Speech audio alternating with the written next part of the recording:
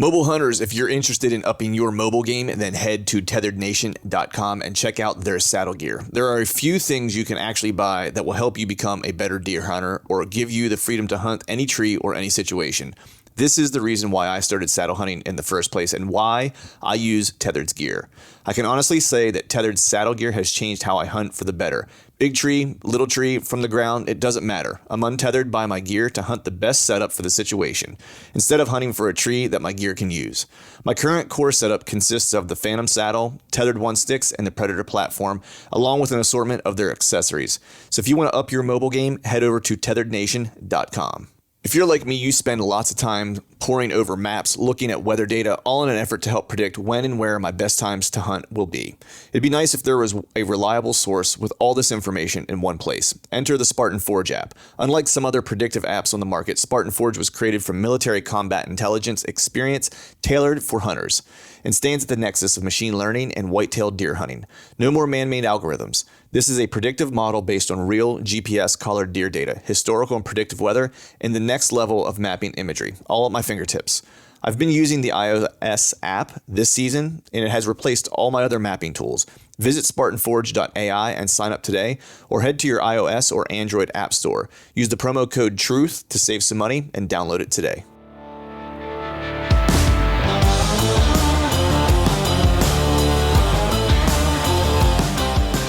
Welcome to the Truths of a Stand Deer Hunting Podcast, brought to you by Skull Brew Coffee Company. I'm your host, Clint Campbell, and you're listening to episode number 287.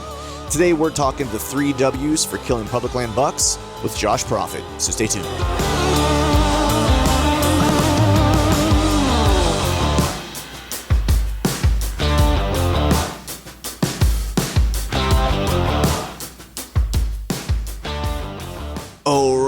All right. What is up, everyone? Happy Wednesday to you. Hope you are doing well. Hope you are feeling fine and enjoying some of this killer weather before it gets too crazy hot. Had kind of a fun week. Nothing too crazy deer related. I'm, of course, monitoring my velvet on cell cameras and so forth. But actually had a buddy come into town.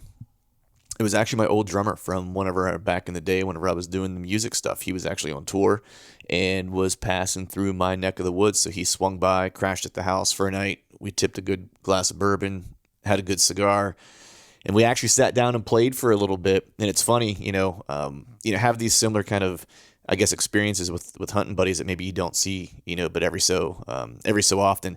Literally took us about 5 minutes to sit down and write a song. And it was always kind of that way with he and I. We were kind of the primary songwriters of the group, and often he and I would get together and just kind of work songs out or work parts out, at least to take into the band and stuff like that. And that was kind of our process. Now, we haven't played together. We hadn't seen each other in probably 7 years. We haven't played together in probably, probably close to 12, 13 years roughly. But when you spend that much time with someone, no matter what it is, you kind of sit down and it becomes second nature, and it just kind of all comes right back to you. So literally, we just kind of hit the ground running, wrote a song, and who knows? Maybe we'll finish it. Maybe we'll record it. Maybe we'll record a couple together. But it was just fun to get to see a good buddy of mine. And then I'm going to keep this up front pretty short because I had a super exciting kind of follow up to that, which was pressure washing the house. So it's almost done. I got to finish it up today, checking off my chores on the honey-do list. That way I am clean and free and clean and clear, maybe is what I was trying to say, when the fall hits. So before we jump into today's episode, I want to pass this information along to you guys. Our buddies over at Exodus have a killer deal going on. If you've been kind of dragging your feet on picking up any of their cell cameras or their SP18s or the SP18 render bundle for the cell camera or any of their gear in general, you're going to want to listen up to this because they're celebrating their 7th year anniversary. And they're giving a special savings for the Render SP18 bundle, SP18s, and any of the gear on their website. They only have 300 Exodus renders that are available for this, and this has been going on for, I think, 2-ish weeks, so there's probably fewer than that at this point. But you can save 20% off per camera. Just use the code YEAR7, that's YEAR 7, the number 7, at checkout. The code will also lock in savings site-wide on all camera bundles and Exodus gear. In case you're not familiar with the product line, which I would if you listen to this show for any length of time, I find that hard to believe, but the Exodus Render is their Verizon 4G LTE camera and provides some of the fastest transmission times in the entire industry. On top of that, It's about as user-friendly as it gets and just flat out works when it matters most. I have a host of them in the timber now, monitoring velvet as we speak. Also, if you're not familiar with the Exodus Advantage, let me just tell you these 3 things. 5-year, no BS warranty, 5-year theft and damage coverage, and best-in-class customer service. Now is the time to experience the Exodus Render. Do yourself a favor, start running the most dependable Exodus Render cell camera. Over the last 7 years, Exodus has consistently shown they build quality products that flat out work, and they're very excited to announce a new limited product offering for archery hunters. I got a little bit of the drop on this. You guys are going to want to stay tuned for this. Can't let the cat out of the bag quite yet, so you're going to want to make sure you sign up for the Exodus newsletter to learn all the details. So head over to their website at exodusoutdoorgear.com and give the Exodus guys some support, and be sure to lock in those savings for the Render camera. So with that, I'm going to jump into today's show. Have my good buddy Josh Profit on. He is from Kentucky, public land hunter.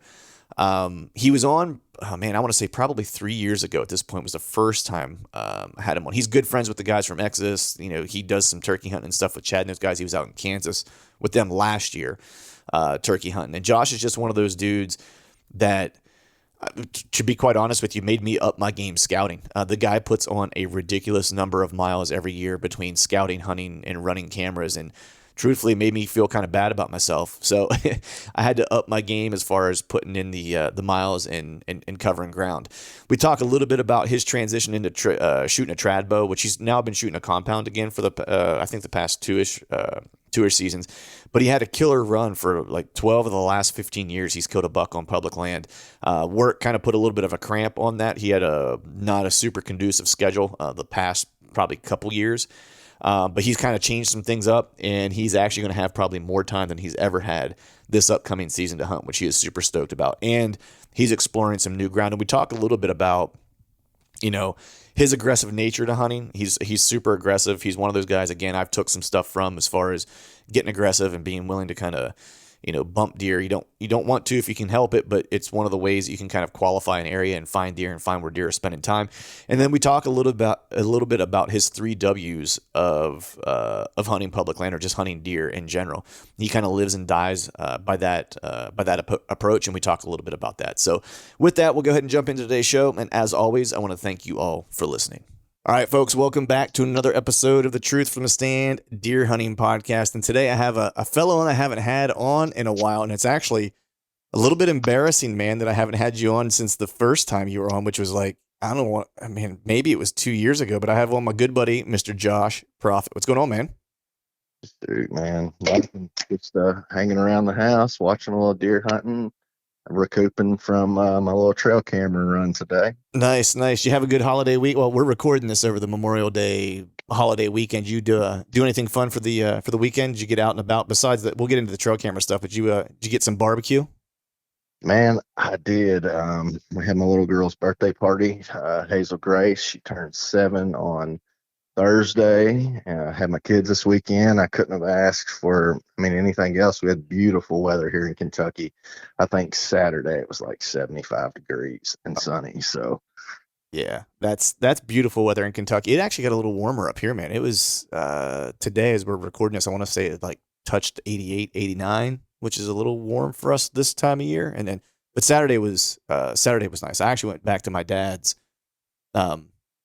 He retired and built like a retirement cabin back in like near our hometown. Actually, it's near his home place where he grew up, and had some of my cousins I haven't seen in a long time stop by on, I guess it was Saturday night, had some pops, and just kind of hung out and cut up with them, man. It had been a long time since I'd seen them, reminiscing about some old trouble we used to stir up, and hanging out with my outlaw family. You know what I mean? So there you go. There you go. Yeah. Good times, man. Yeah. Trying to keep it real, I don't stray too far from my rural roots. You know what I mean? So, oh yeah. Well, you're going to blink and deer season's going to be here. Oh dude, I know. Tell me about it. I did a quick ruck today, just getting ready for try to start to get into elk shape a little bit. Cause I got my notification to get my Iowa point because I didn't realize it was almost over, and I think it's the end of May. I think you have to have them in, and so I did that real quick, and then I realized I was like, shoot, man, I'm headed to North Dakota in August. I've got 2 months, 3 months really, to get ready. But you blink a couple times, dude, and it'll be here. And that elk hunting, I figured out why I like whitetail hunting. Oh yeah. Why is that? Why is that?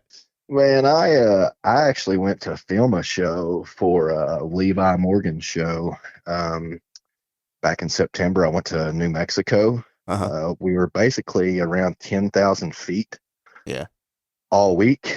I'm 250 pounds, man, and I figured out why people wear those T-shirts that say "Mountain Tough." Right. Because it was the most horrible hunting trip I've ever been on. I mean, literally going up a mountain, breathing that thin air, seeing stars, telling myself like I'm either going to make it up the mountain or I'm going to black out. Like one of the two. Right. There's no option C on this trip. Oh no, it's I'm going to pass out or I'm going to make it up. Nice, man. So like, are you you're not, so based on that, I'm assuming you're not super interested in headed out west to try to chase elk in the mountains. You're Man, I'm really not, man. No. The way that I do these whitetails, it really is 365. I did have fun, but it was just different, man. Mhm. And I'm not sure that you can really condition yourself truly for it unless you live there, because I'm not in bad shape. Right, yeah. But when I'm getting at by day 4 and day 5, I was good to go. Yeah. But those first 3 days, man, it almost ruined my hunt. Yeah. Yeah. No, I tell you what, when I went out there the last time, I think the tallest peak might have been maybe around 10,000. I mean, most of the hunting we were doing was probably like between 8 and 9, I would say, for the most part, maybe a little over 9, but it was, I did a pretty extensive like training session before I went. Because my buddy who lives out there is just like a freak as far as like, he's a physical specimen. So it looks like someone chiseled him out of marble. You know what I mean? Like he's that kind of like, Oh yeah, that dude. But he also runs like, Spartan races and just like waxes people like and wins them. You know what I mean? So he's just kind of a freak mountain man, and he lives out there. And so I knew I was hunting with him, and I was like, dude, if I go out there and I can't hang, it's going to be, not only is it going to be miserable just physically, but I'm going to hear it from him for 2 weeks. You know what I mean? Because it's a 2-week trip. I'm just going to get beat up for 2 weeks, And so I actually ended up hurting myself like right before I left for the trip, because I really kind of overtrained. Like I was doing at the end, I did a bunch of stuff, but by the time I got to like the very end of kind of getting ready, I was running and stuff like that, doing my normal like hit cardio, like workouts and stuff like that. And then at the end, I ratcheted it up, and I was doing all my workouts with like a weighted vest that was anywhere from like 20 to 40 pounds.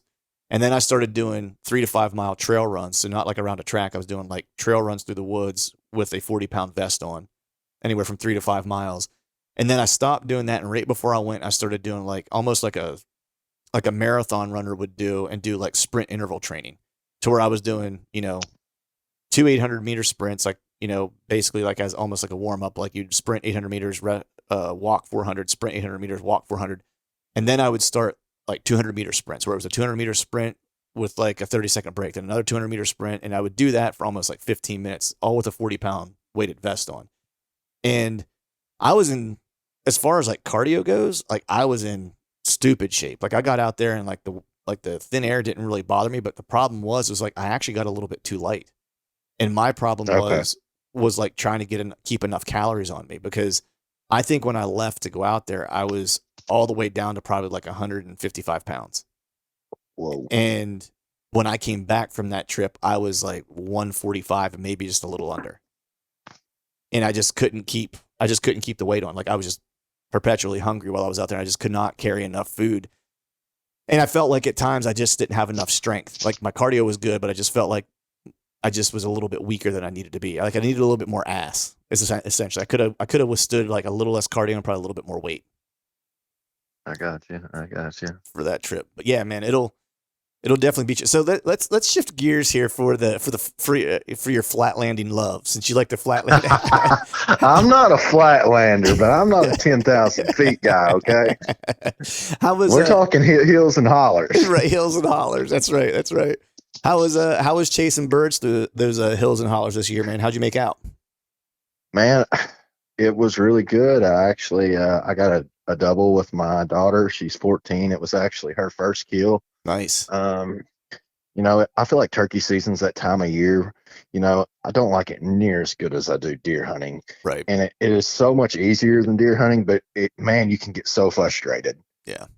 You know what I mean? Yeah. And my daughter, she'd been trying to kill a turkey for a few years, and uh, I killed one, and then I got permission on a little private piece, and man, we doubled up like 20 minutes into the hunt. Oh Um, it, man. it was great, man. It was Yeah. great.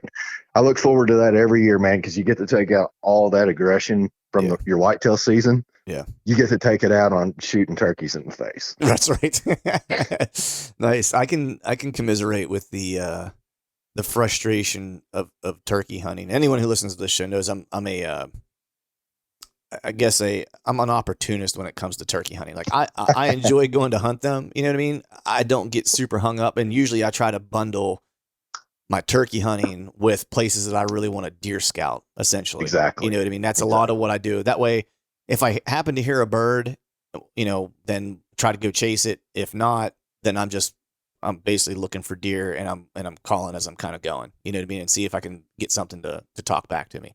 So it's one of those things where I'm not a diehard. I go out and I enjoy it. It's actually one of those times a year when I actually enjoy the camaraderie of going out and hunting with some buddies, because deer hunting for me is such a kind of solo mission. You know what I mean? Like, not to be cliche, Oh but yeah. a little bit of a lone wolf. Where turkey hunting, I'm not nearly as neurotic. Where I could care less if I kill one or don't kill one. So I'm willing to just kind of like hang out with a bunch of buddies and and have a little bit of a camp and and enjoy our time in the woods together. And if we end up killing a bird during the course of that, then awesome. If not, then see you next year. That's There, that's there kind of you my go. approach. But how was speaking of taking out your frustrations of your whitetail season? How was your whitetail season last year?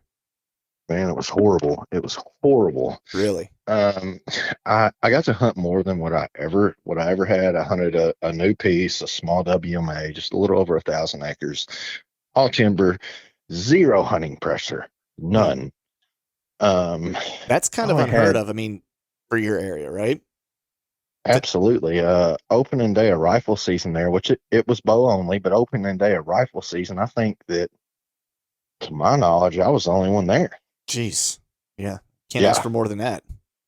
No, and you know me, I run a bunch of trail cameras, this, that, and other, which I didn't have very many out this year because I had so many stolen. Uh, Jeez. but I probably had I don't know, right around five shooters, Mhm. and man, I only seen one shooter buck from the deer stand. Really? I had my daughter with me. I knew the deer. It was a great encounter, and for the people who don't know me, I've shot traditional for years. Took a compound this year.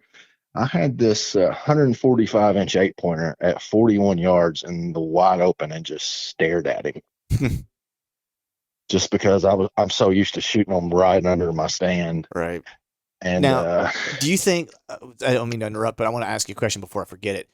Do you was your kind of stand placement any different this past year because you were taking a compound versus your recurve? Do you think that factored into it a little bit?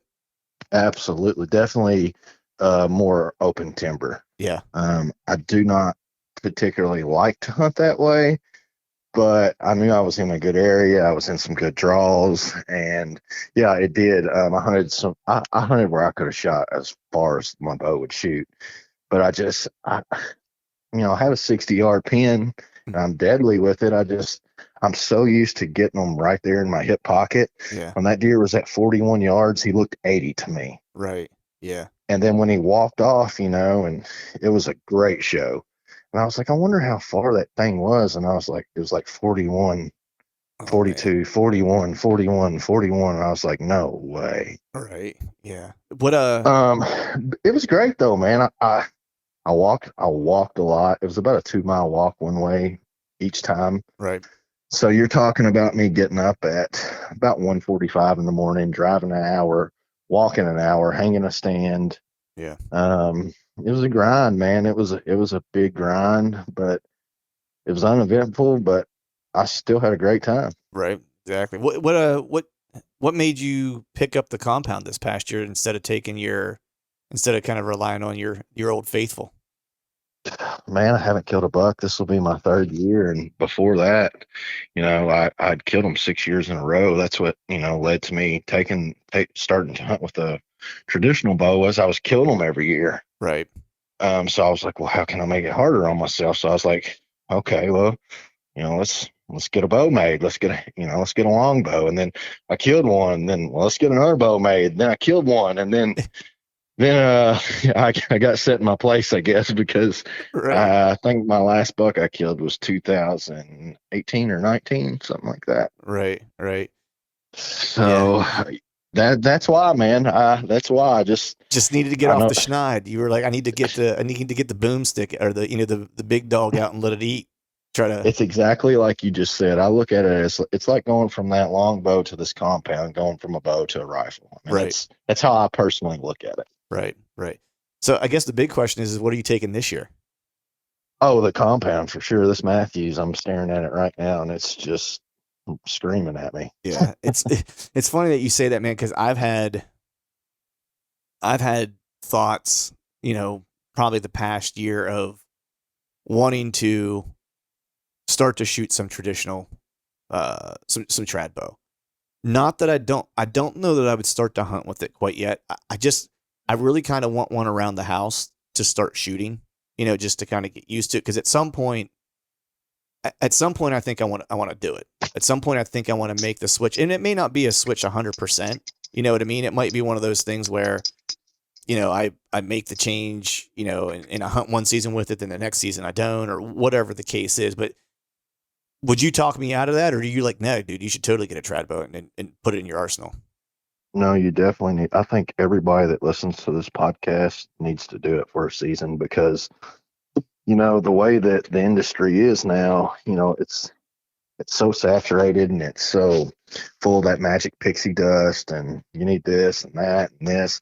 Like, it really will put things into perspective for you. Like, you will start to look at the animal different. You'll start to look at your camouflage different, your trail cameras different, the way you use your scent control.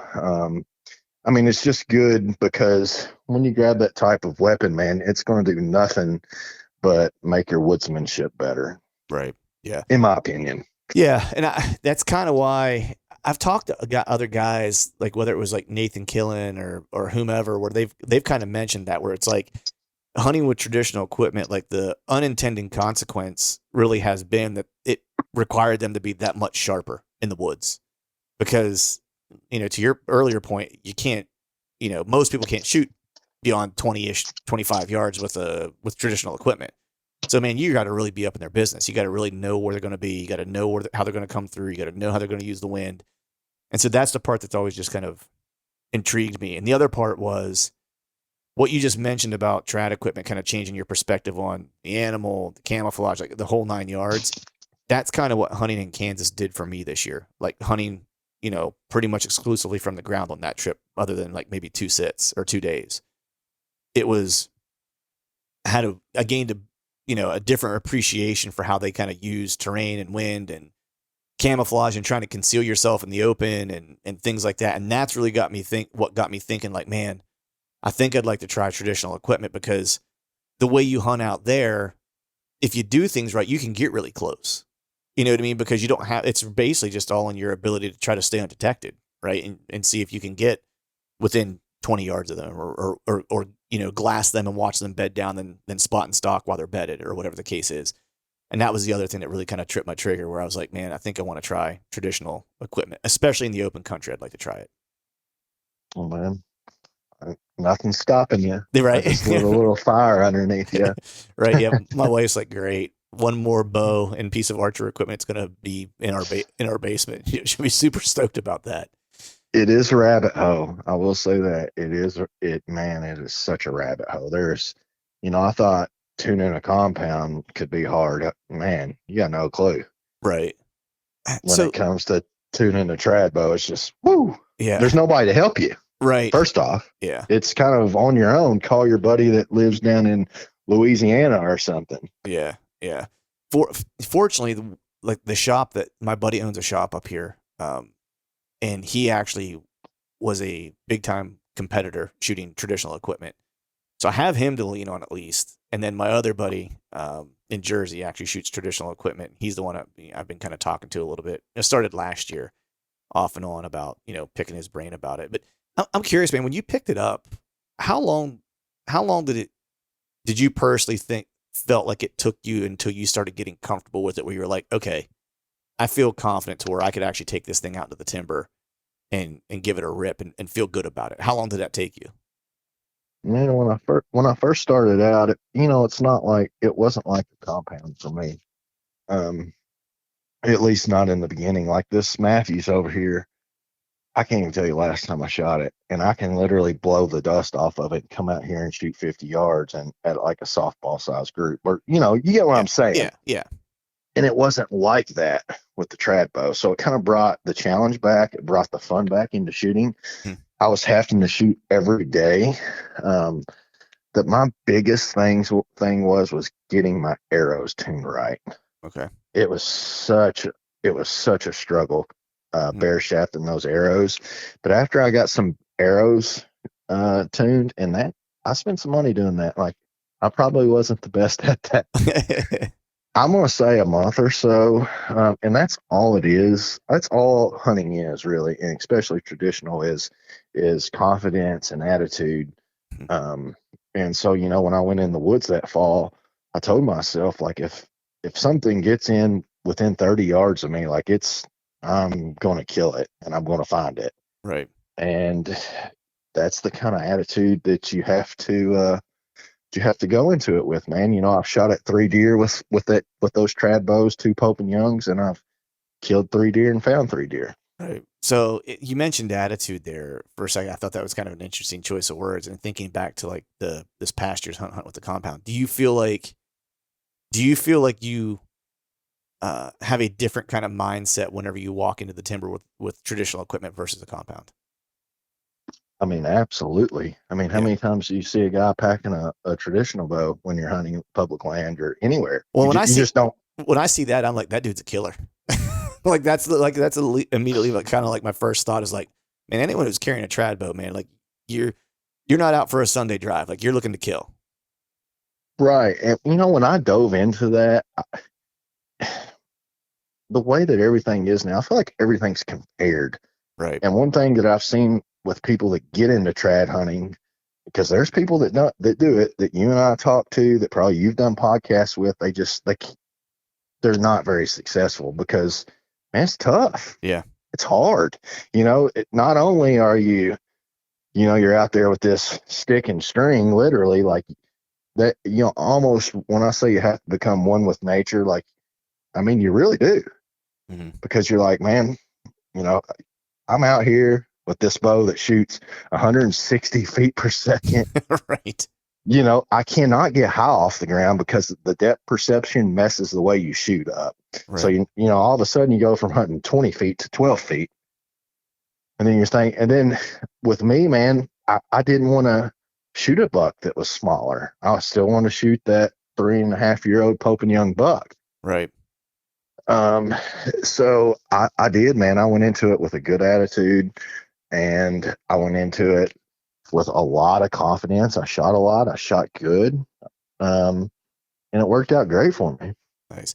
Yeah, that's why it's like whenever I talk to guys like I had Jake Downs on a couple weeks ago, and that dude just kills all kind of critters, and it's almost I don't want to say exclusively because he's killed stuff with other stuff, but like he's known for killing them with traditional equipment. Like killed a brown bear in Alaska with a stick bow. Like talk about Perfect. like crazy. You know what I mean? Like 20 yards, apex predator, and housed it. And like sheep and stuff like that. And it's just like dudes at home with the traditional equipment. I always just have the utmost respect for because I've shot them before. Actually, truthfully, I have a recurve in my basement. It's one of my dad's old ones that he gave me. I just don't have it, any arrows for it currently. So I have shot a recurve in the past, and it's challenging. And it's weird because one day I'd go out and I'd feel like I was just on the top of the world. Whenever I was shooting that thing, I'd shoot it and be shooting 20 yards and grouping them pretty good. Then I'd go out the next day and it was like I'd never seen the bow before. And it's just like just like airmail and stuff, and just like completely missing the target. And I was just like, man, what is going on? Then I'd go out the third day, and it'd be back to shooting groups again. It was just I just didn't have a lot of consistency with it, and it can certainly be frustrating, I guess, making that change. But Oh yeah. Oh yeah. was that your kind of experience, or did you just kind of jump right in and kind of like was like a duck to water? No, it wasn't a duck to water, man. Yeah. But like I said, bear shaft and those arrows, getting those arrows to you want here's what you want to do. You want the arrow to go where you're looking Mm-hmm. when you shoot one of them. So it's so hard to figure out, because I shot instinctive, pretty much same concept as throwing a baseball. Right. And that's how my dad Um, taught me, because that's what that's how he shot that. He was never a big archer, and I was always kind of amazed. Like he would just pick that bow up anytime we would get together and we would shoot, and he would just pick it up and he could hit the target. Now he wasn't shooting, dotting eyes with it or anything like that because he hadn't shot in a long time. But I was just always amazed, and that's kind of how he taught me. He was like, just look where you want to shoot, look where you want to hit, pull it back, let it rip like you're throwing a baseball. That's kind of how he taught me how to do it. and I agree. Man, I'm telling you, when you grab that bow, when you grab that piece of equipment, you gain more respect for the animal and the outdoors than you ever will with any kind of other weapon. I mean, I think that's a proven fact. Anybody that has hunted with one and has been successful, they would tell you the same thing. Like it will seriously change you from the inside out. Right. All right, man. You got me fired up now. I'm gonna have to get some arrows and bust out the old recurve this year. I think it's gonna have to. I think it's gonna have to happen. And then when I'm all pissed off because I'm sucking, I'm gonna text you. So you're I'm gonna good with it. you're, I'm good with it. you're gonna get some late night therapy session texts on my Yeah, but shitty shooting. hey, you could go out there and kill one right off the bat and be the biggest guy on the East Coast. Right, right, yeah. I don't know if that's going to happen, but I like your positive mindset there. I'm gonna go with that. That's what you got to it takes. Right. But man, I want to jump into not necessarily specifics per se, because we've been kind of talking, a little bit about your path from shooting recurve and jumping back into compound, and kind of what kind of drove that decision this past year, and how your setups change based on what weapon you're kind of taking, whether it's compound or traditional, even like your attitude or your mindset. So I'm just kind of curious, after all these years, and the different evolutions you've gone from, how would you describe your hunting style? Like, are you aggressive? Are you calculated? Are you like, what is, like, if you were to profile and build a hunting bio for Josh Profit in terms of his style of hunting, how would you describe that? Man, I feel like I'm like way out in left field by myself. I'm definitely super aggressive. Okay. I'm not scared to lay some scent down. I'm not scared to bump some deer, because I'm going to tell you right now, if you're not bumping deer every year, you're probably not doing something right. Right. And I get that you don't want to educate them, but there's a fine line you ride between bumping some deer and killing some deer. I never really started when I started making a lot of mistakes is when I started killing stuff. Right. Um, and I was learning from those mistakes. But that's the one thing about me. I hunt these big tracts of public land, and I normally have a pretty good idea of what's going on. So if I mess up, I'm just on to the next one. Like I'm not losing a lot of sleep over it. I've never really got hung up on hunting a particular deer or a couple deer. My hit list, I've had hit lists with 30 bucks on them in the fall. Yeah.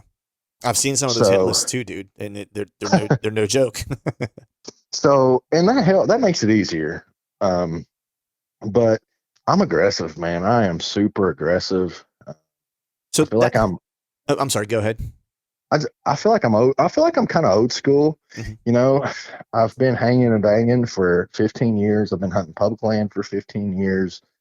And there's guys out there that are a lot better and have done it a lot longer than me. But I feel like in the last few years, it's kind of become the trend, or Yeah. it's cool to hunt public land.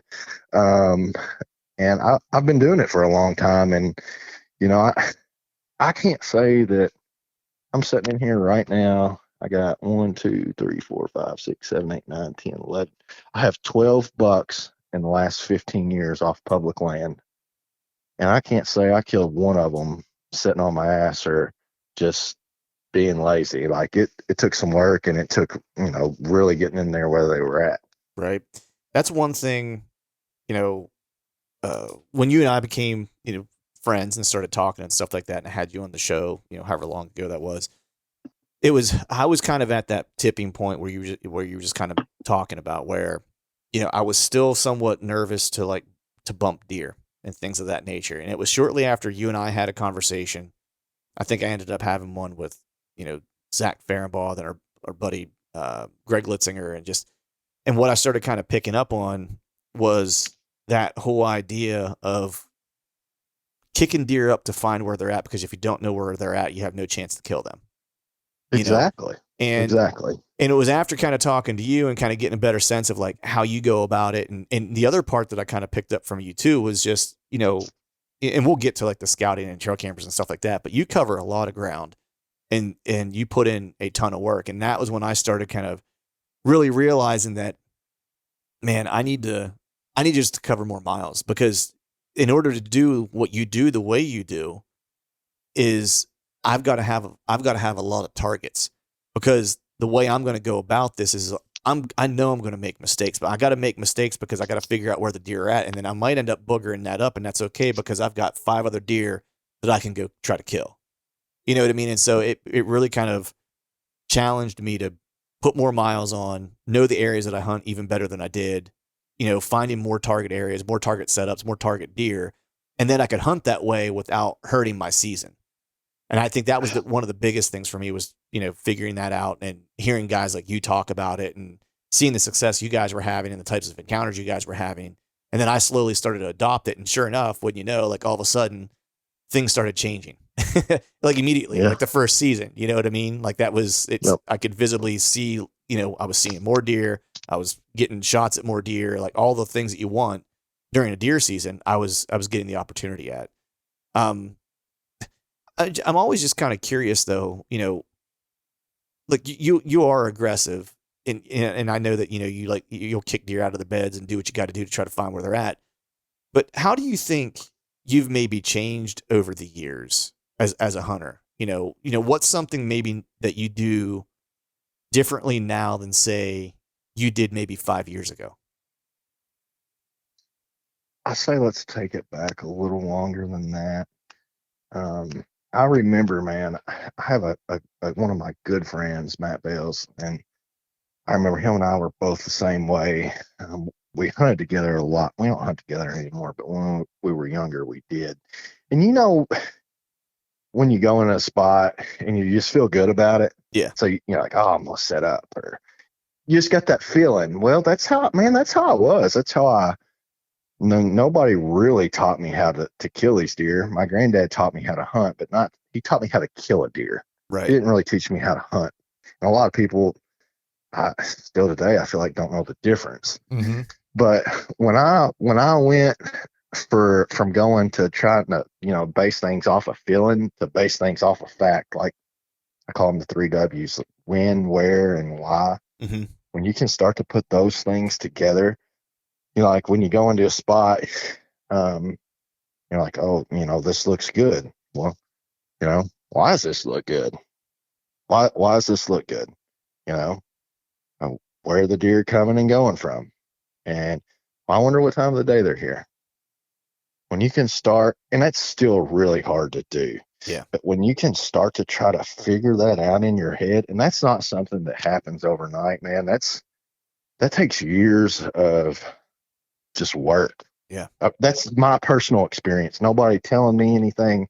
Like that's that transition that you're asking about, was from going to just feeling good about a spot to figuring out like when the deer are there, why the deer are there, where they're coming from, and where they're going. That was my biggest thing in the last probably 8 years, to where I really started killing some deer. Yeah. That's interesting, man, because as you were saying that, and when you were saying it's really hard, right? I think sometimes, I know for me, again, that was one of the many things that kind of like started helping me really put puzzle pieces together was asking yourself all those questions when you see deer or when you're not seeing deer or whatever the case is. But when you mentioned that it's really hard, I think some people get deterred by that because they don't find the answers. And when as soon as you said that, I was like, sometimes it's not, do you have the answers for those, or do you know like the opposite of what you're asking, so you can kind of eliminate places. So when you ask the reason, where are they coming from, right? Well, you may not know exactly where they're coming from, but if you take a good hard look, you can probably tell where they're not coming from, right? And so now Yep. you've kind of like Yep. reduced the options, right? And to me, at first, especially when I started trying to adopt this, at first I was just trying to eliminate the all the possibilities that I felt that were just not, that were wrong, right? Like they're definitely not doing this. And if I can just remove that and not focus any time on those areas, then I'll actually be closer to places where I think I'm going to potentially see deer. And then as you do that more often, you then start to figure out through observation what was right, like where they actually were coming from, And so then they will show you the answers. I guess is what I'm trying to say, is that the deer, if you find them, they will ultimately start to show you the answers to the test if you pay attention. And that to me was kind of like a big watershed moment. It was the exact same thing you're talking about. The three W's, but I'm too dumb to answer the question, so I had to cheat. There's nothing wrong with that. And man, when you got to come to a point, I feel like a lot of hunters compare themselves to other hunters or other success or other deer. Like, you cannot do that, man. Because that's where so many people mess up. Like my buddy Nathan over, or you. Like, you cannot compare where you're hunting at to where I'm at. Like, Yeah. man, Josh seen 4 shooter bucks this week. I ain't seen one in 2 months. Right. Like, and that's goes back to like when you went to Kansas and this and that. Like, if the deer aren't there, Yeah. you ain't gonna kill them. Right. Yeah. And that's been like my biggest thing. Like, luckily I'm right here in the Midwest. I'm right here on the river. We have great hunting. But I will tell you right now, I'll go to where the deer are at, and I don't have. And you can ask the guys that know me. I will pick up everything, and I will drive 2 hours if I have to. Well, I know you Because did it 2 years ago. I was oh talking. I yeah, was talking to you. I forget what it was. You had a couple. You had a couple big deer that you knew of, and then you ended up finding out. If I'm not mistaken, I think it was 2 years ago. You ended up finding out at some point in that earlier part of the season, you were smelling death, and you were like, I found 22 bucks and 2 booners in 7 days, and then wiped them out. yeah, There were no deer left. yeah. I'm sitting here looking at one right now. Um, I found him a week before season, and I scored him at 191. Damn, yeah. I mean, you've had some giants, and you. I remember you. We were texting back and forth, see how you were doing, and you basically gave me, told me what was happening. You're finding all these dead deer. You're like, dude, I don't have any deer to kill here. I got to pick up and just completely leave. And so you literally picked up everything and you went. I think it was complete opposite area of where you've hunted before. And if I'm It not was mistaken, 3 hours away from where yeah, I was. yeah, and just kind of put all your chips into that. And that's sometimes what you got to do. Yeah, man, it is. And that I hunted some big ground. I'm talking over 100,000 acres. I had the giant, I've seen, not in person, but on trail camera, I've seen multiple deer over 200. Um, and I hunted there 2 years, and I just could not get it done, man. The deer density was real low. And so, they were there, but there wasn't very many of them, Right. if that makes sense. Yeah. Yeah. So, last year I made a transition. I moved. I didn't like it. This year I'm making another transition. I'm looking at driving probably an hour and 15 minutes one way Right. every time this year. Yeah. This new spot, like what's it look like? Like the terrain, habitat, is it big woods? Like what's that situation look like? If it's So if it's sensitive, because you know what I'm saying. We can skip this question because I'm hip to that game. God, I hate to say this because I'm nobody, okay? I'm nobody. But for some reason, because I'm nobody, I feel like I have people that want to ride my coattail. Right. Um, it's everything you would want in habitat. Right. Okay. Big buck location. 60% woods, 40% agriculture, draws, big hollers, big hills, great bedding.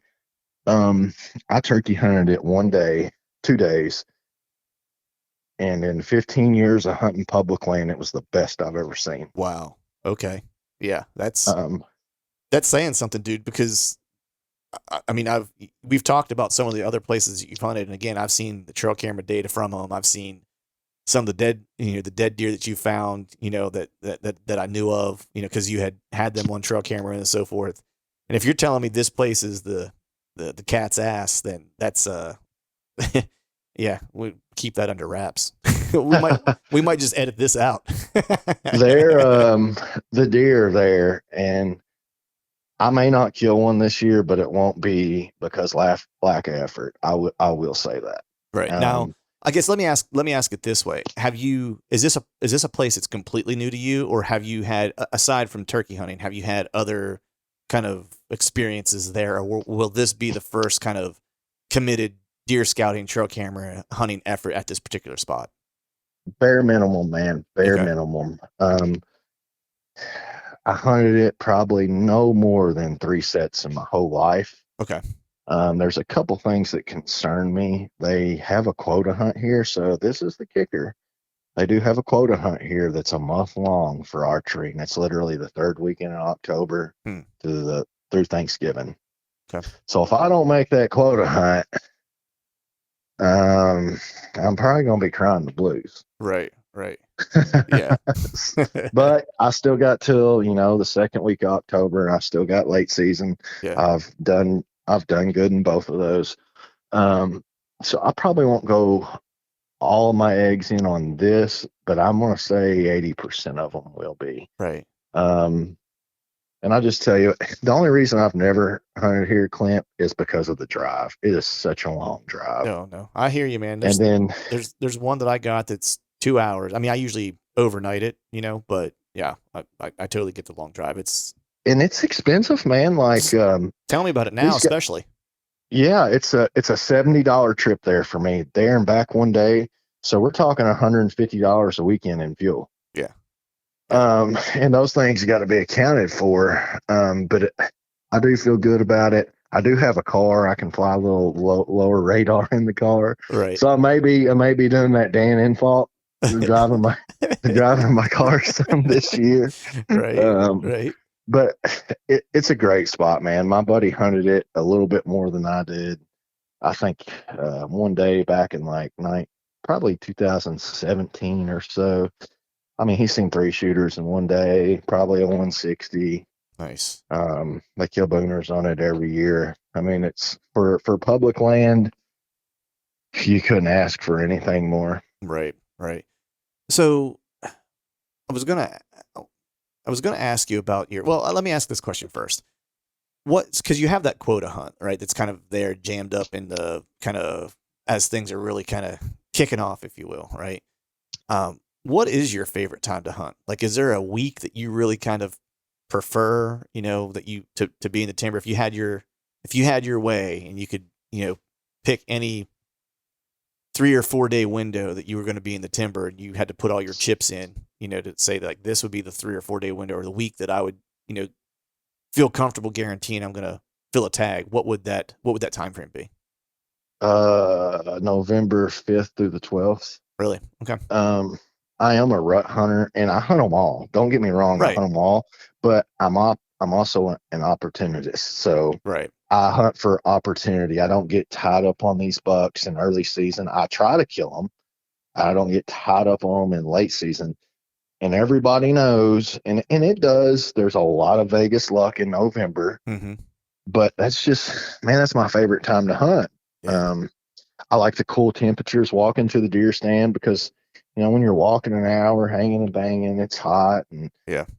I like the deer movement, man. The all day sets. Where I go, a lot of these places I go, there's no point in coming out because you'll never make it back in time. If you Right. hunt in the morning, you walk an hour out, you go eat something, you walk an hour in, your day's gone. Yeah.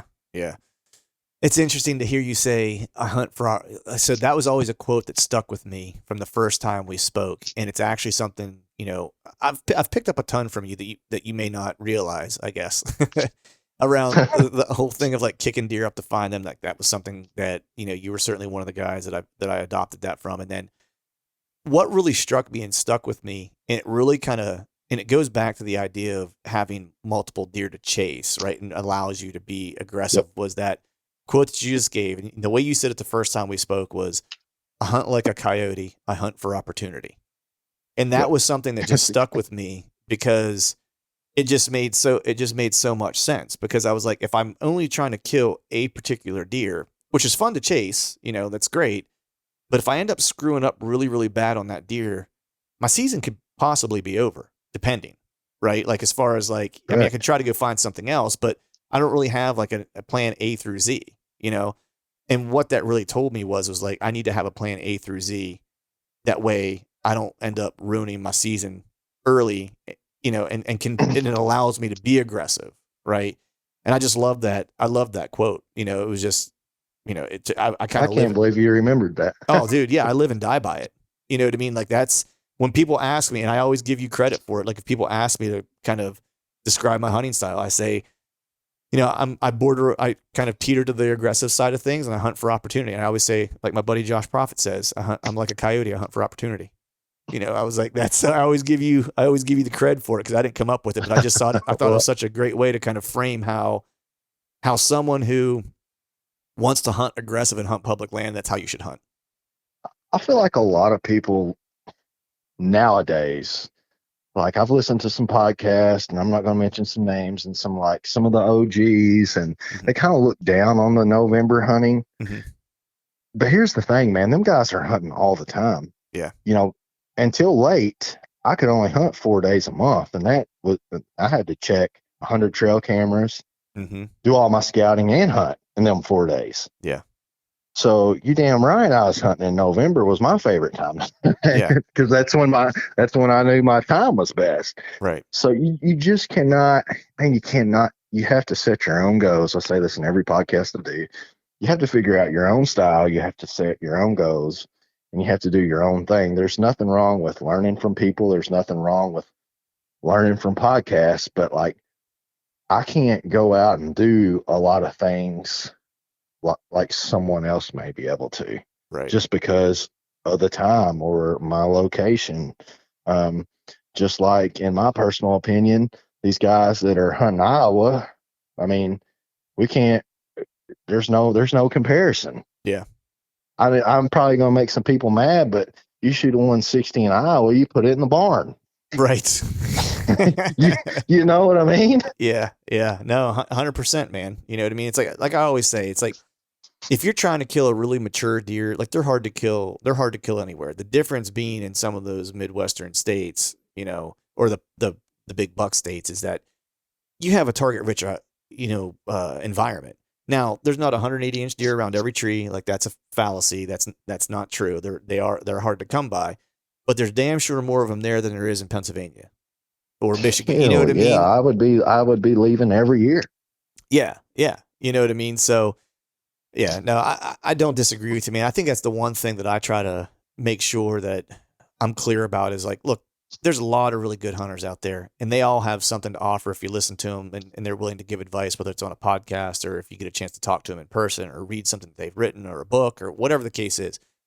But you ultimately have to kind of take it and look at it through the lens of where you actually hunt and how you can be effective hunting, right?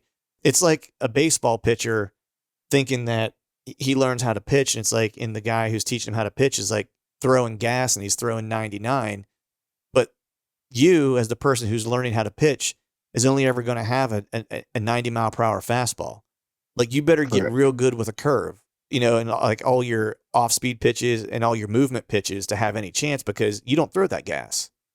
You know what I mean? So I kind of look at hunting the same way, and I've learned a lot from guys like you and Enfalt and Eberhart, and just name all the good guys that are really good. But there's certain things from each of them that just doesn't work for me. You know what I mean? And Correct. there are aspects of it where I'm like, oh yeah, it's a slam dunk. I'm going to use that, and I just start to put them into my bag of tricks. And it takes some years of doing it and trial and error and figuring out what doesn't work and what does work. And some stuff would probably work for me, but I'm just not patient enough. You know what I mean? I'm like, I'm not going to do that because I won't ever be patient enough to use that. So I'm just going to scrap that, So I mean, like bed hunting. Have you been good with bed hunting?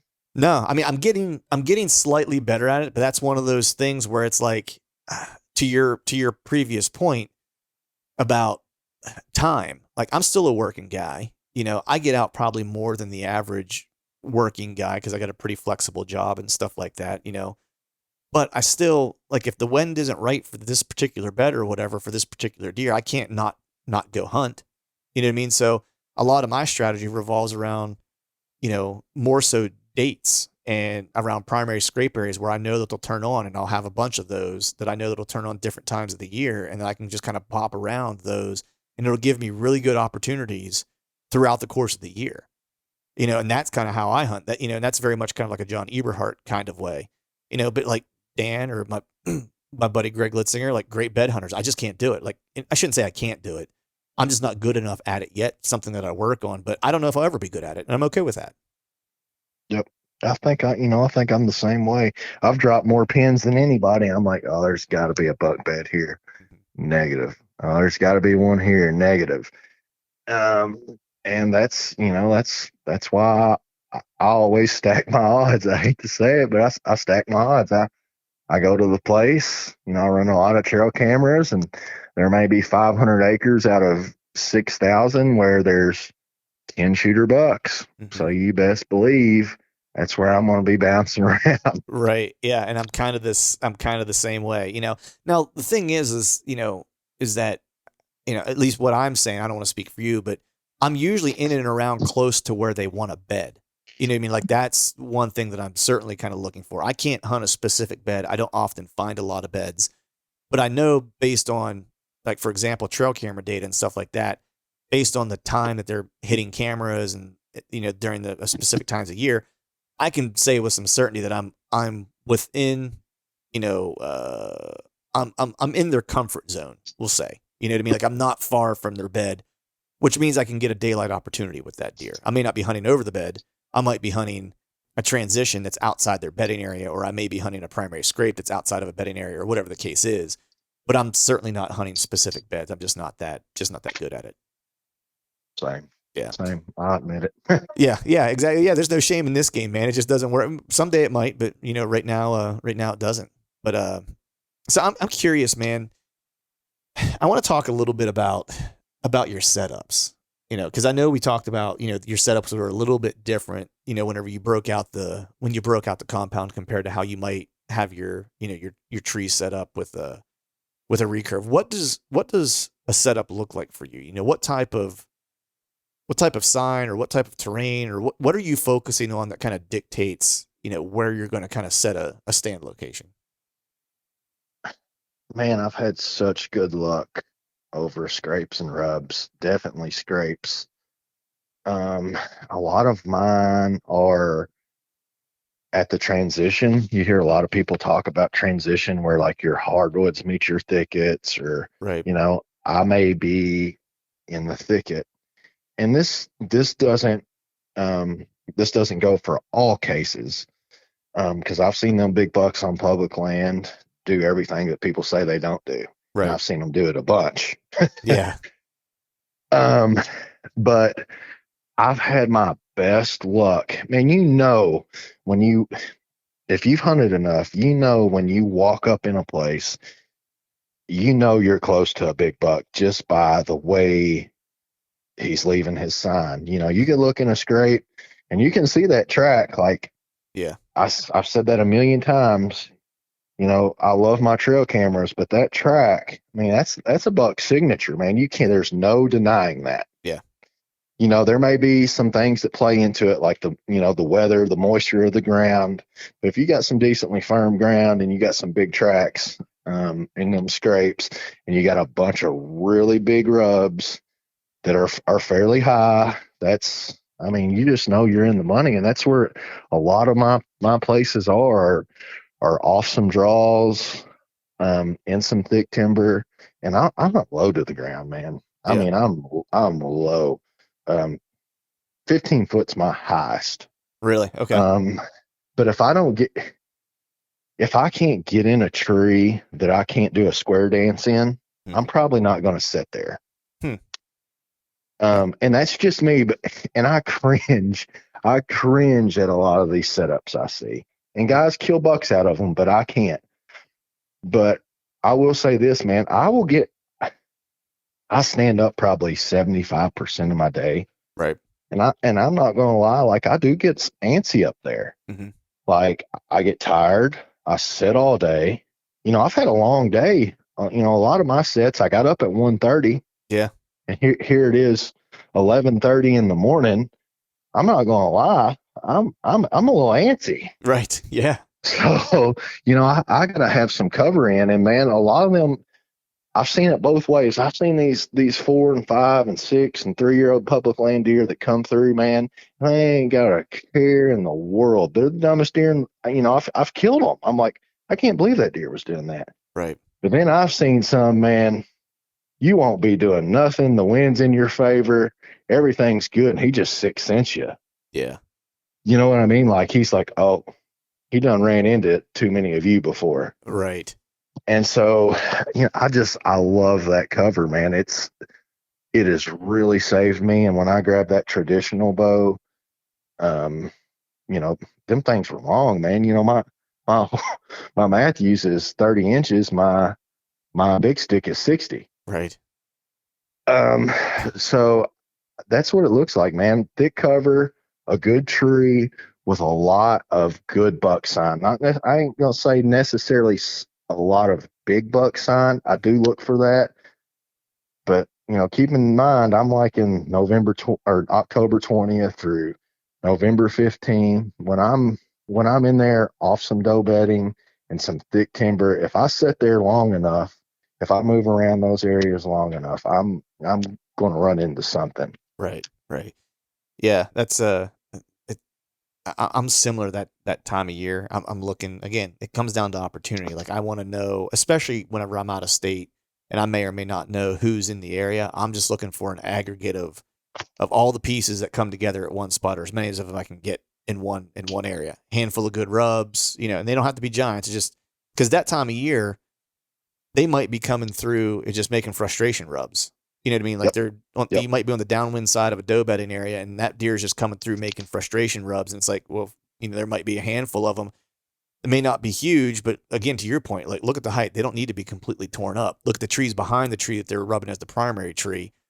Are there tick marks on that? You know what I mean? That'll tell you, kind of what you're dealing with. And that the whole, you know, paying attention like to scrapes beyond the fact that there's scrapes there and really inspecting them for tracks, like that's the ticket. Because to your point, big tracks don't lie. Big tracks means big deer. Plain and Oh simple. yeah. Oh yeah. I mean, I pay real close attention to everyone I walk up on, and I maybe hurt myself because I get too close, but I gotta know Right. because a lot of times I am hunting and hanging. Yeah. So if I walk up in there and I'm like, oh man, it ain't rained in 4 days and the ground's pretty hard and this is tore up and that is a huge track. Like Yeah. if this buck comes up in here, he may not smell me till it's too late. Right. Yeah. And that's just how I hunt, man, because I just don't have the time to play the weather or play the date. Like I Yeah. do have more time now than what I ever have. Right. And I'm very thankful for that.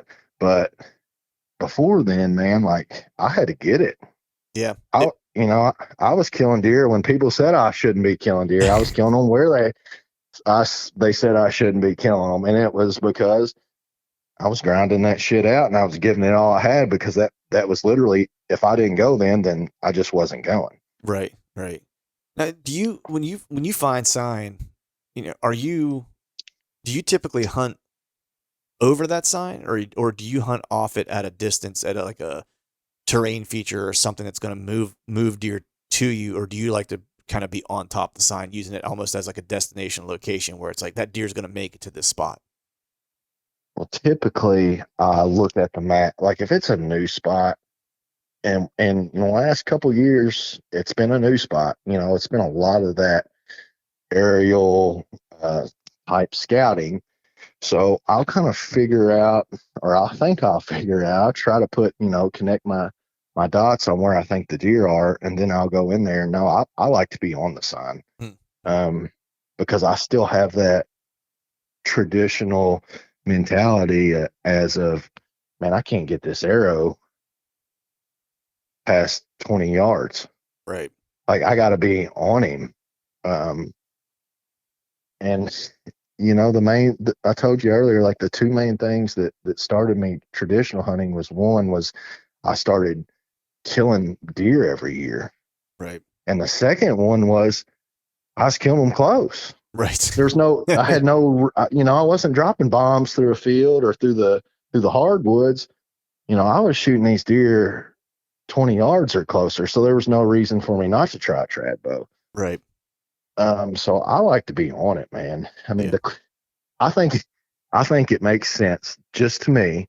The closer you can be to the game, the better. Yeah.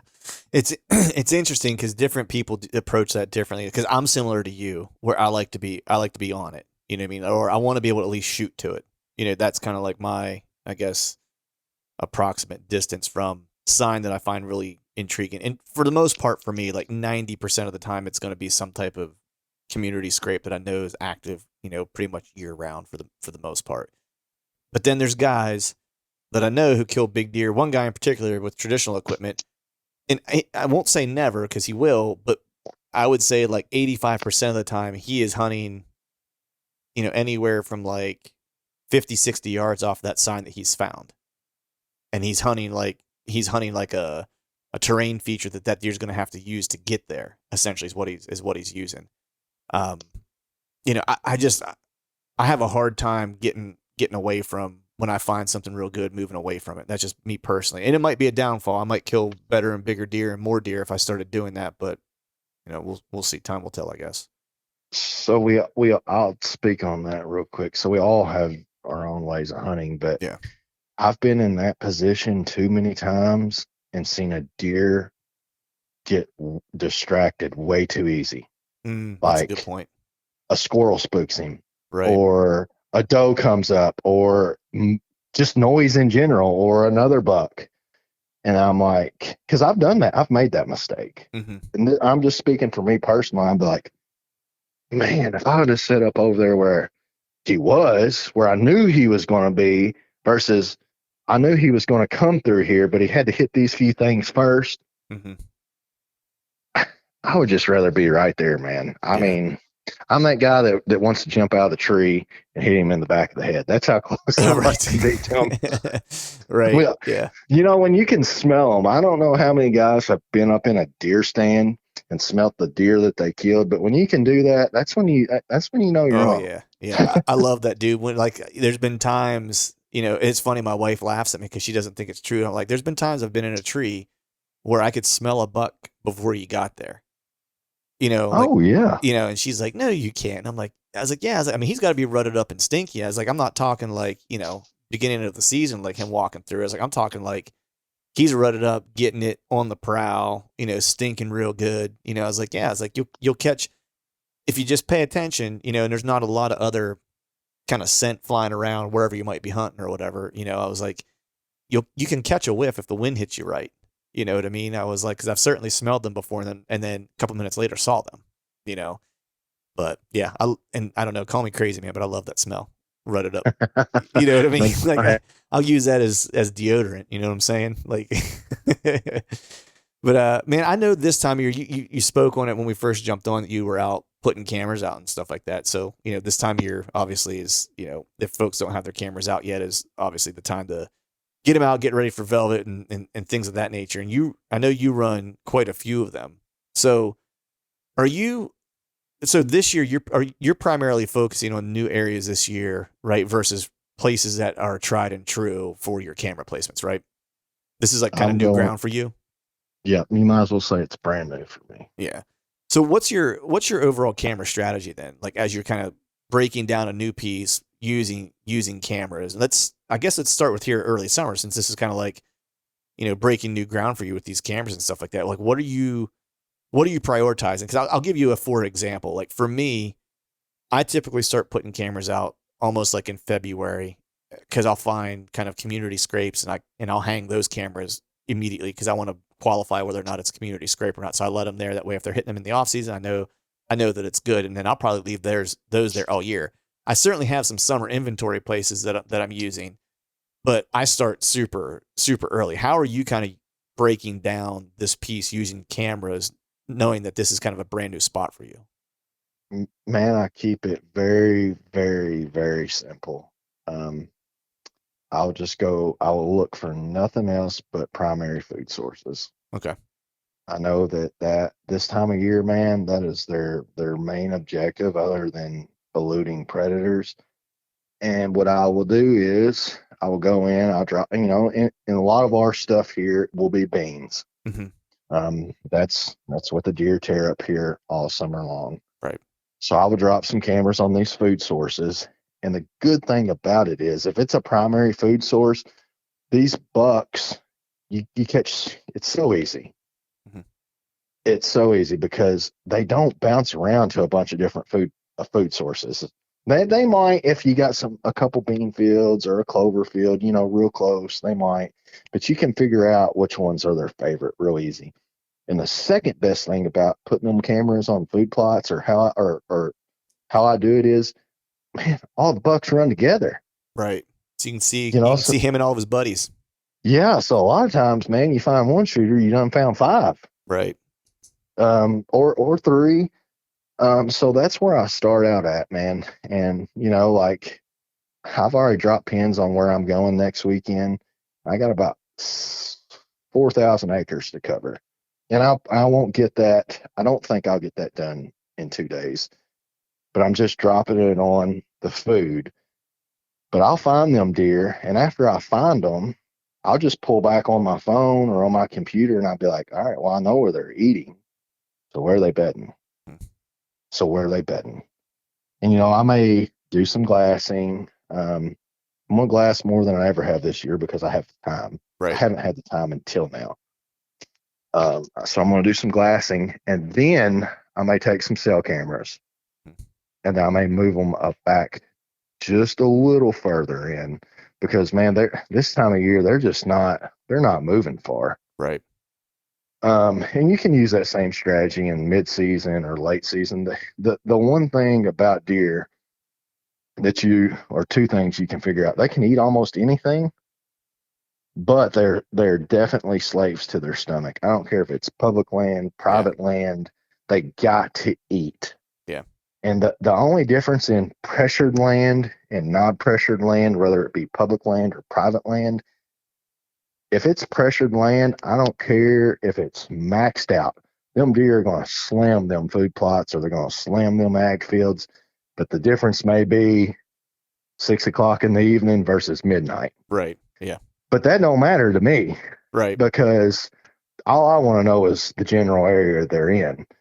And then I'll take it from there on trying to move some cameras around or bouncing around because, man, here's the thing, man. If you're not out scouting, if you're not out doing in-season scouting, whether it's this time of year or early September or December, if you're not out scouting, you just don't know where the deer are at Right. because, in a lot of places like historically these big private farms, these guys historically know like, man, the deer are here every year. Right. And they probably are because they don't pressure them.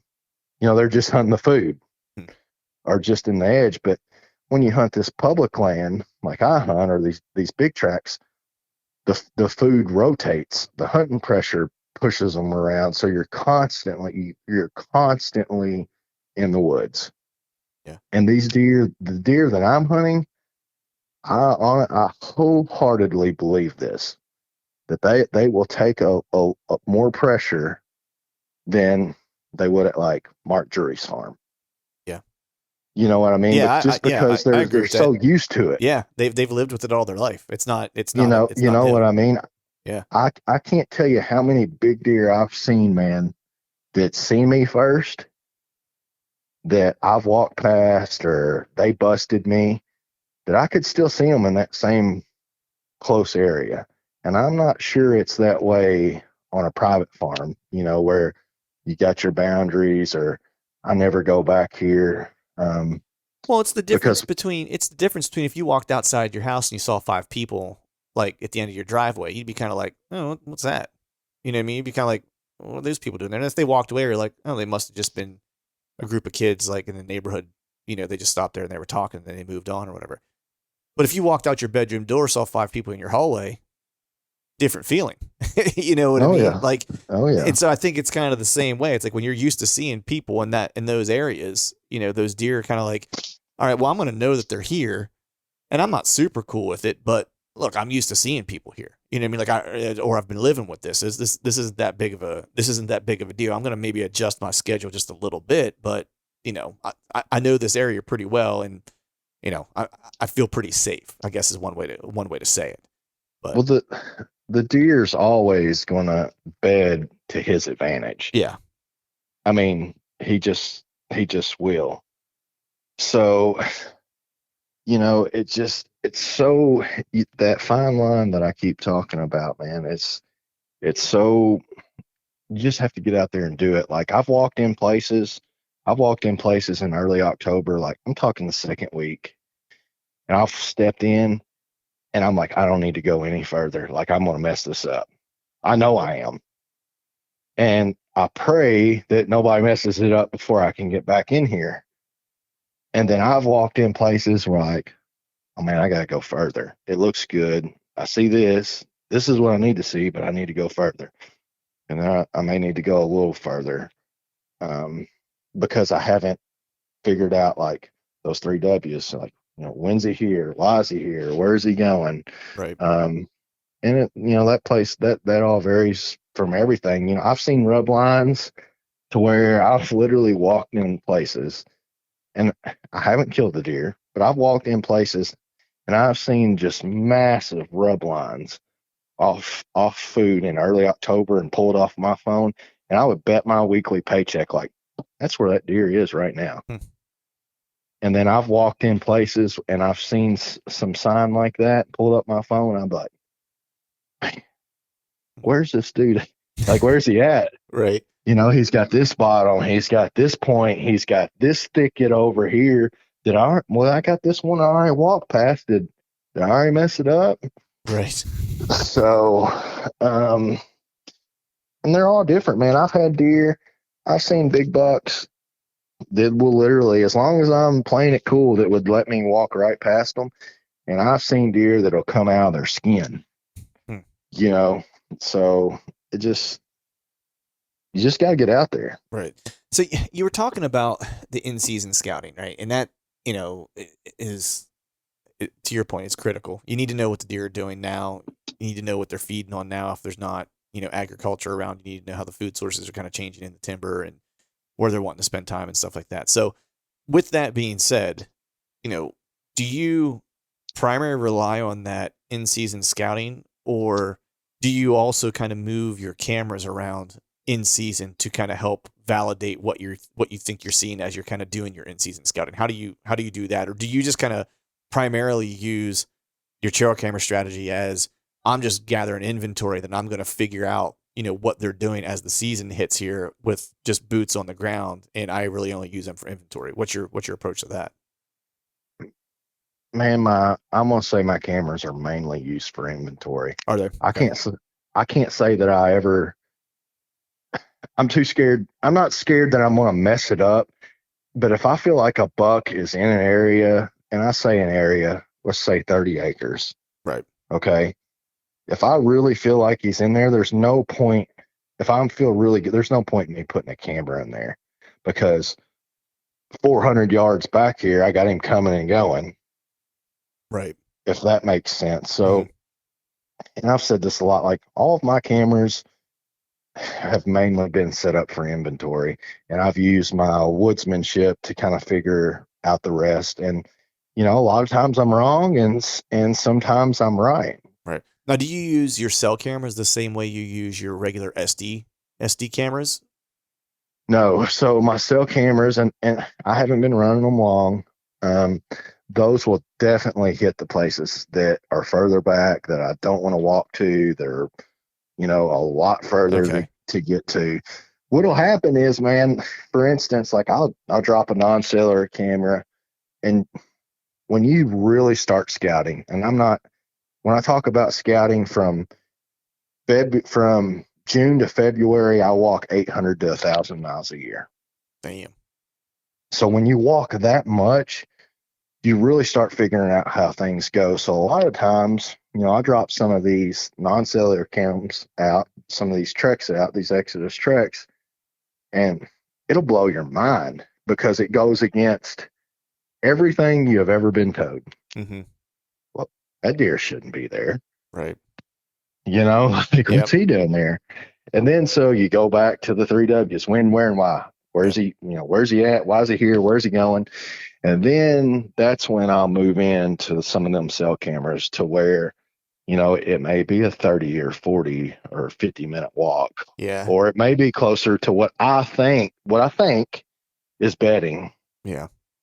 Yeah. So So, it sounds like you and I kind of use them similarly because I use a lot of my SD cameras as inventory. I do put them on some scrapes because I inventory a lot off of scrapes just because a lot of the public around me that I hunt, there are no like food sources. Like it's not big farm country or anything like that, so we don't have a lot of that. So it's maybe some cuts. I will use some clear cuts and things like that to my advantage. But a lot of times it's really those community scrapes, and I'm using that all year round, even for inventory. Now it's not as good at inventory for inventory and bucks as a food source is. So I kind of have to go into the season knowing I probably haven't seen every joker in the on the playground, so to speak. But I do use the cell camera similar to you because it sounds like you use those in places that would be more like maybe less inventory and more almost like real time information, like to a degree, right? Like, and I don't want to say real time like you're seeing a picture then you're trying to go kill a deer. It's more of a place that is beyond inventory and is a little bit more of a intimate spot for that for bucks to want to spend time in. If that it's sounds where I put a lot of those cameras where I second guess myself, got where it. Okay. where I think he is, but I Mm-hmm. really don't know, Yeah. and that's where it goes. Like I'm heading out Saturday. I haven't done a total rally. I think I got 10 cell cameras. So this is exactly how I plan to do my I'm going to take probably 12 cameras with me. And what I'm going to do is I'm going to put all those, and keep in mind the time of year. I'm going to put all them cell cameras out on food sources because I'm driving an hour and 20 to an hour and 30 minutes one way, not Yeah. including my walk time. I'm going to put them out on food sources. So I'm going to let them bake. And if they're doing good, I'm going to leave them. If they're not, I'm going to move them. But what's going to happen is I'm going to end up trading those cell cameras out for the non-cellular. Yeah. I'll put one probably on the same tree or real close, and I'll move that one back wherever I think it needs to go, which is always closer to bedding. Mm-hmm. But you know, a lot of people don't know what's went on in my life, but I had like 70 trail cameras stolen last year. Jeez. Oh, I remember you told me about that, dude. That's just makes me want to It throw was up. it, it was stolen out of storage. It was in a storage unit. They broke into my storage unit. All my cameras were in a tote. That's how they got stolen. So I don't even know how many cameras I got. Maybe 30. Right. Not 100. Right. So that means Chad's gonna have to get on the double, and he's gonna have to hook me up. Right. Nice, Chad, if you're uh, listening. I'm joking. I'm joking. He's my boy. He's my little baby brother. Right, right. Yeah, dude. I love the back and forth between you two dudes. It's hilarious. Like I'm Oh just man, we can't head down that road, but I wish you could have seen us in Kansas turkey hunting. dude, I wanted to be there so bad last year. Well, and the crappy thing was is I could have been because the reason I didn't go is because I at the time I was interviewing for a new job and the interview kind of landed and part of the interview was I had to do this long presentation. I basically had to do a client presentation and I had like a week to put it together and I was actually presenting it, I want to say the day after or the day before you guys were leaving or something like that. and I didn't want to take time off from the current job or the job that I had at the time. In hindsight, because I didn't know if I was getting a job or not. In hindsight, Right. I got the job, and they've been great to work for, and I could have actually came with you guys and just took some extra time from the employer that I left. So, hindsight 2020. I wanted to go because there was a lot of smack being talked between the two of you, and I wanted to come along and instigate to see if I could get a wrestling match outside the tents.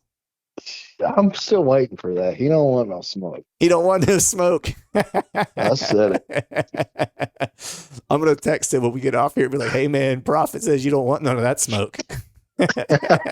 He knows. He knows. Oh man, that's awesome, dude. Well, dude, I only have a couple more things I want to touch on with you. This one I always like to ask dudes is, and we covered it maybe a little bit earlier to a degree, but it was more about your evolution we talked about. But I want to know from your perspective, what is the one thing that you've learned over the years that you think has been the most important in you becoming a better hunter? If you had to pick one thing where it was like a watershed moment where it's like, man, when I learned this, it really changed things. To trust myself.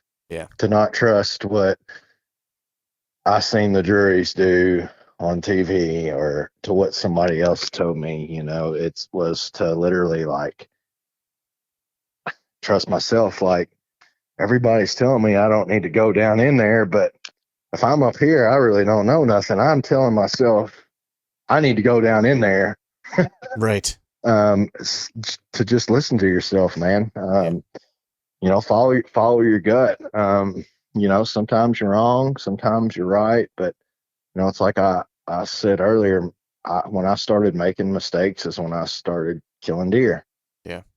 Yeah. And I didn't make no mistakes until I really started relying on myself versus what I heard on TV or on a DVD or in a podcast. Because you hear so many different things, and I hate to say it, but I feel like in the podcast industry, I feel like a lot of people just write off what other people say, and they've never even really used it. They just they just heard it. Yep. 100%. So just follow your gut. Starts, set your own path, be your own person, and get out there and get after it. Yep. It's great. It's great advice, dude. I think that's one of the things, for me was when I started just kind of being willing to make those mistakes, and there's no such thing as the perfect hunt. Even the hunt when you fill a tag wasn't perfect, and so, stop searching for it and just, be willing to make the mistakes. And because me personally, it's like I learned way more in screwing stuff up on my own, than I did of someone telling me, how to go do something. I did it and it worked. It's like I didn't really know why. They just, I just listened to somebody or whatever the case was.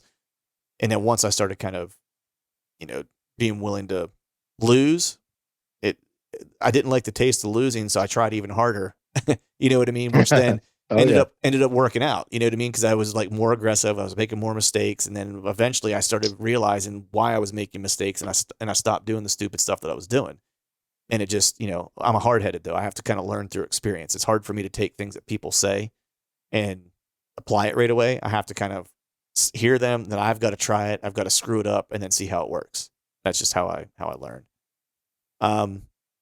What's your goals for this upcoming season, man? Like, if you had a crystal ball and you could lay out what it is you want to get done this upcoming bow season, what is it?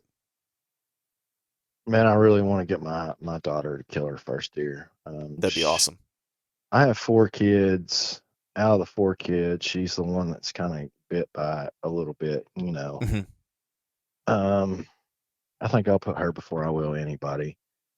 And, second, it would be to get myself a deer. It's been 3 years. I'm starting to wonder. Starting to get that itch. Yeah. I'm looking at all these dead deer on the wall, and I'm trying to figure out how they got there. Right. Who was that guy?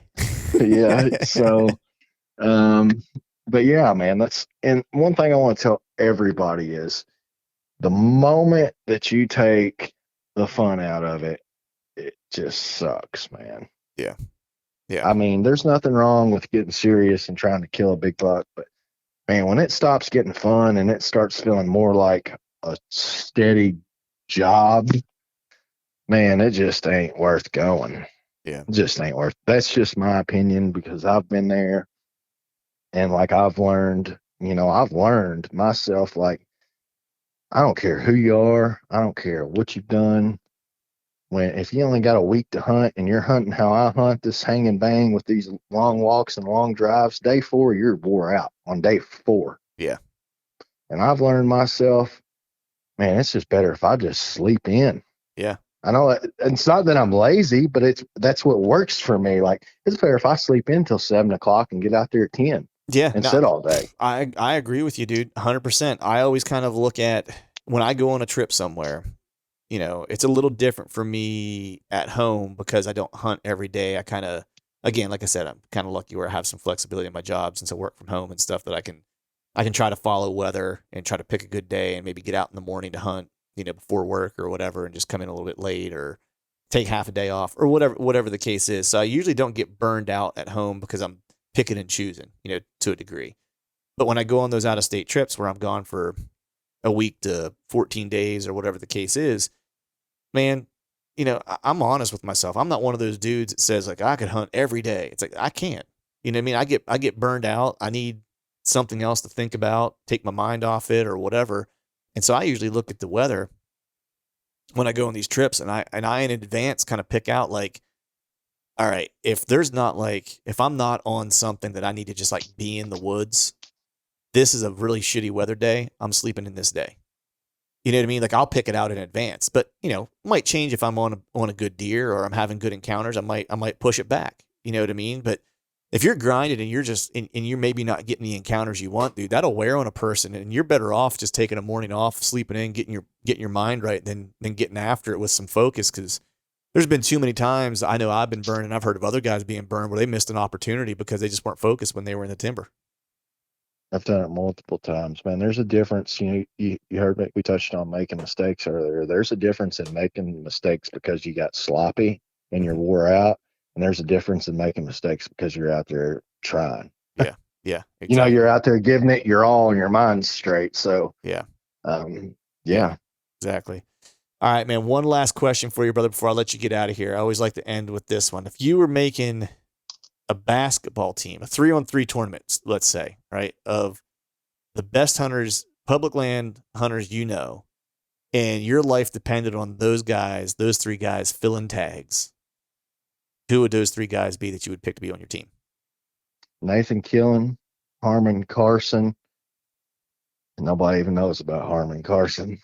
Uh, he's killing booners down in Louisiana with traditional bows where there ain't booners. Jeez. Yeah. Shout out to him. And then And who's your third? man, there's several people. Me and my buddy Moose talk quite a bit. He's over your way. Mm-hmm, yeah. I'd probably throw him in there. I love Moose, man. For those out there listening, that's Mr. Ryan Glitsky. He's a homie of Yes, it ours. is. Yeah. Yes, it is. He's a good dude. You guys are he's like an East Coast version of Josh Prophet. You guys are like now that I think about it, man, you guys are both big yoke dudes that kill deer and get after it and slam on the miles in the woods. Like you actually He yeah. he's making me look bad lately. I ain't gonna lie. I sit here and I watch his Instagram stories. I'm like, man, he's making me look bad. Dude gets He, after it for sure, man. he does. He He does. does, man. He But knows that his stuff too, man. He's a killer. I've had the chance to go scout with him once. We scouted together, and I mean he's just a good guy to be around too. He's just like one of the nicest, humblest, uh, thoughtful people you'll meet. You know what I mean? Like he's just a good, honest dude. And on top of it, he's a good deer hunter, and he's like our crew, man. Like this whole group of buddies that we have, we all like to get after it. And it's we we rib each other pretty often, but it's always in the effort to make sure we're getting the best out of each other. So always appreciate that. absolutely. So that was it, man. I Awesome. appreciate you having me on. Yeah, brother. If let people know where they can find out more about you, where they can follow along with you this year with your hunting endeavors.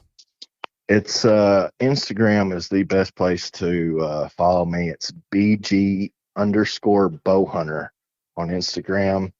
That's about all I do. I got TikTok and Facebook, but I'm not too tech savvy. So Everything goes down on Instagram. Yeah, and if anyone is out there looking, this fella's not bad behind the lens of a video camera or a DSLR either. Just as a heads up. Just a country boy with a camera. Right, there you go. Those are the best. All right, brother. I appreciate you coming on, man. I'll talk to you soon. Good luck this year, and I know we'll be talking throughout the year. So I'll talk to you soon. Yes, sir. Appreciate it, man. Have a good one. All right, folks, that is a wrap for today's show. I'd like to thank all of you for listening. If you haven't yet, please head over to iTunes and leave us a 5-star rating, and be sure to subscribe to the podcast. And while you're at it, head over to YouTube and give us a sub there as well. I'd be super appreciative if you do those couple things for me. And before I shut this thing down, I need to give a big shout out to our partners who continue to help us make this podcast possible. Tethered, Spartan Forge, Exodus, and Skull Brew Coffee Company. And until next time, we'll see y'all.